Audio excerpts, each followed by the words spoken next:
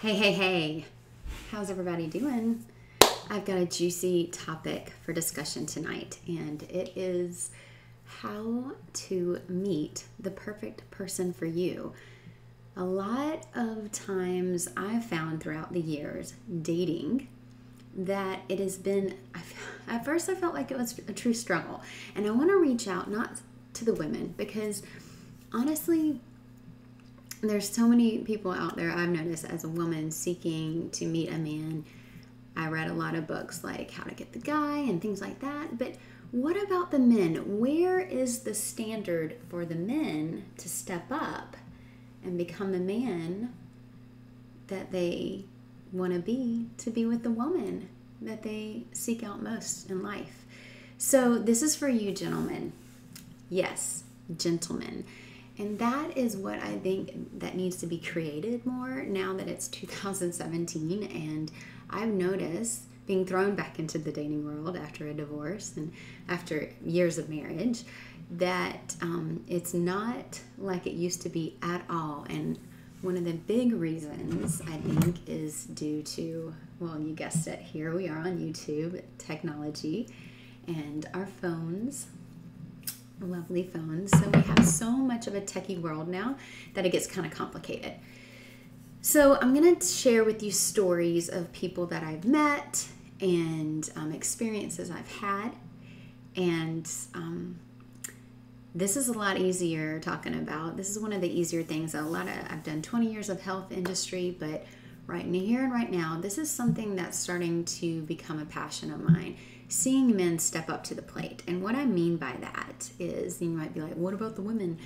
You know what? When you step up to the plate, you're actually bringing an energy that will bring the women that are going to step up too.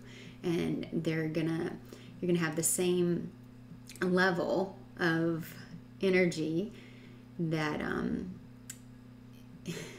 that you're probably not used to. You're probably used to someone that is not putting out the vibes that you instinctively and you intuitively know that you really want. So, guys, how are you projecting yourself? How are you putting yourself out there? And that, if you first know what you're putting out there, then you're going to understand why certain people are being drawn to you. So, let me say this. If you're with a woman and you already have a girlfriend, or you're in a relationship, or you are engaged, if you are in any of those categories, you do not need to be flaunting yourself or sneaking around and trying to meet other women unless you've communicated that with the woman that you're with and that she's okay with that. There's that mutual understanding. If you're in an open relationship, then you both know you're in an open relationship. But if the other woman has no clue and you're sneaking around the situation, you're hiding the truth from her that you want to be with someone else or you want to venture off, it's called communication. And I'm going to address those issues too, how to communicate that to the person that you're with. So, those are some things I want to bring out during those times. And I'm probably going to get on here like every other day, or maybe if not that, then I'll just do once a week right now. But I do want to say this. I was on the phone with someone earlier. I got a phone call. I just texted one of my friends and I got a phone call and I didn't know who the number was. And I was looking at it and I usually don't answer, but I answered it. And this woman says, hello. And she sounds very frantic. And I was like, hello? I wanted to say, are you okay? But I didn't. The woman goes on to start to talk and say, who is this? And I was like, who is this? And it turns out it was one of my friend's girlfriends. And I had no clue that this friend had a girlfriend. There lies in itself a huge alarm clock, a huge red flag. Yo, here, there's more to this than saying, well, if you're just friends, why do they need to know?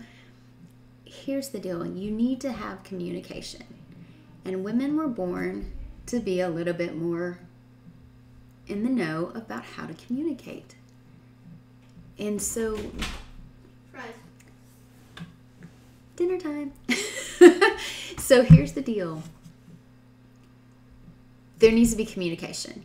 There's no if, and, or but. You need to say out, freely out, perfectly loud, where the person hears it, even if they don't like to hear it, that you are with someone else. And if they don't like it, then let them explore and go off and be with someone that just wants to be with them. Because if you are in another relationship and you're being impeccable with your word, then it's not, you're going to have a freedom, and there's going to be other people around you that you're going to attract that are okay with that. And that's why if you want to be with someone, but you want to be with more than one person, then you need to be completely honest with yourself. Because when you're not honest with yourself, guess what happens? You pretty much live a lie, and then you're going to be not happy with yourself and who you are. That's my daughter, Eve. Eve, do you agree with what I'm saying? I don't know what you're saying. Okay. So I'm going to get off now because that's enough for today. So rule number 1, I guess you could say rule. It doesn't have to be a rule, or we can just say agreement number 1.